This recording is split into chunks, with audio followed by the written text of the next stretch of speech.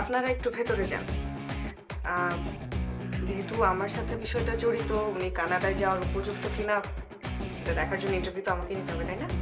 হ্যাঁ হ্যাঁ, চলো ওদের ইন্টারভিউ সিদ্ধান্তের উপরে তুলে যাচ্ছে। চলো চলো আমরা ভেতরে যাই। আচ্ছা ঠিক আছে চলো। না বলতেছিলাম কি যে মানে আমি আর দুলালদা তো একসঙ্গে থাকি, দুলালদা থাক আমার সঙ্গে। বিয়ে তো একজনেরই হচ্ছে তাই না? ইন্টারভিউ হলো একজনেরই হবে। আচ্ছা তো এক কাজ কর, দুলালদাকে রুমে নিয়ে যা, ভেতরে কি গল্প করতে পার? যান। চলেন ভয়ের কিছু নেই। দুলালদা যান যান। আরে এই যে আসেন আসেন, আপনি আসেন, আসেন আমার সাথে আসেন। যাও যাও, গফরের সাথে যাবো।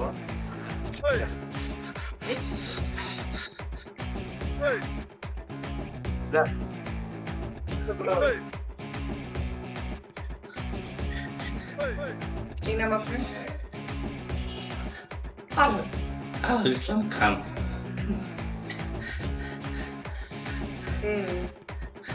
সুন্দর নাম। তো আপনি কি করে খবর পেলেন? প্রথমে পত্রিকা দেখে, পত্রিকাটা এখানে আছে, তারপরে যে গাফফার সাহেব ছিলেন না, গাফফার সাহেব বললেন সেইভাবে আসে। ধরেন যদি সবকিছু ঠিকঠাক থাকে তাহলে কি আজকে বিয়ে করবেন? জি, যদি ধরেন সবকিছু ঠিকঠাক হয়ে যায় তাহলে মনে করেন যে আজকেই বিয়ে করবো। বিয়েতে তো সবাই অনেক খোঁজ খবর নেয়। আই মিন বাড়ি ঘর কেমন, বাবা মা ভাই বোন খালা খালু চাচা চাচি আছেন কিনা, 2-3টা বিয়ে করেছেন কিনা, এই ধরনের খোঁজ খবর তো সবাই নেয় না?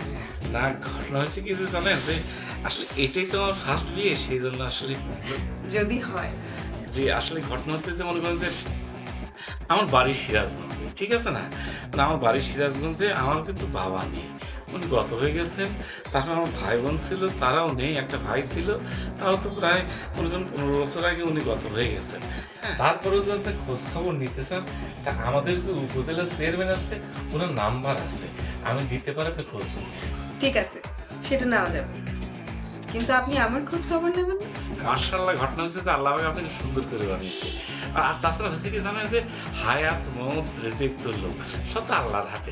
আপনার সাথে যদি মনে করছে আমার হয়ে গেছে, তো মনে করছে এত যদি হুকুম নাজিল হয় তাহলে তো আপনার কিছু দরকারই হবে না।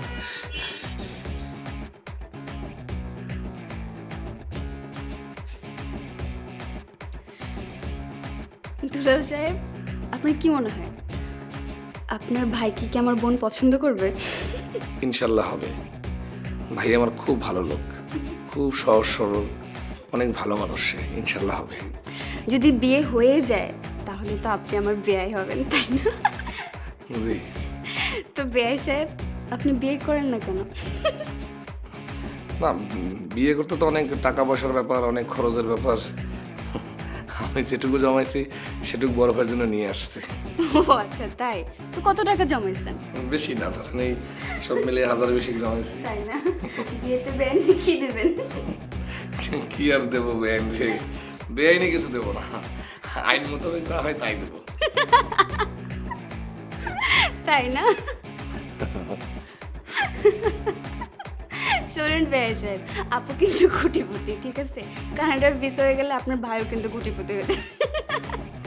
যে সেটা আমরা জানি, বুঝিও। আপনাদের ফ্যামিলি মাশাআল্লাহ কি সুন্দর, আপনাদের কি সুন্দর বাড়ি, আপনাদের বাবা মা কি সুন্দর, আপনার মতো শালী, এইসব জিনিস পাইলে আমার ভাইয়া এমনি কোটিপতি হয়ে যাবে।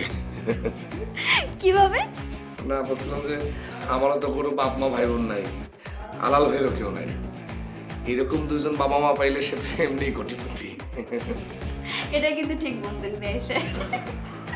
অবশ্য আপনার মতো বেআইন পাওয়া কোটির ব্যাপার। তাই নাকি? যেমন আপনার মতো সুন্দরী বেআইন তো কোটিতে একটা হয়। তাই নাকি বেআই সাহেব?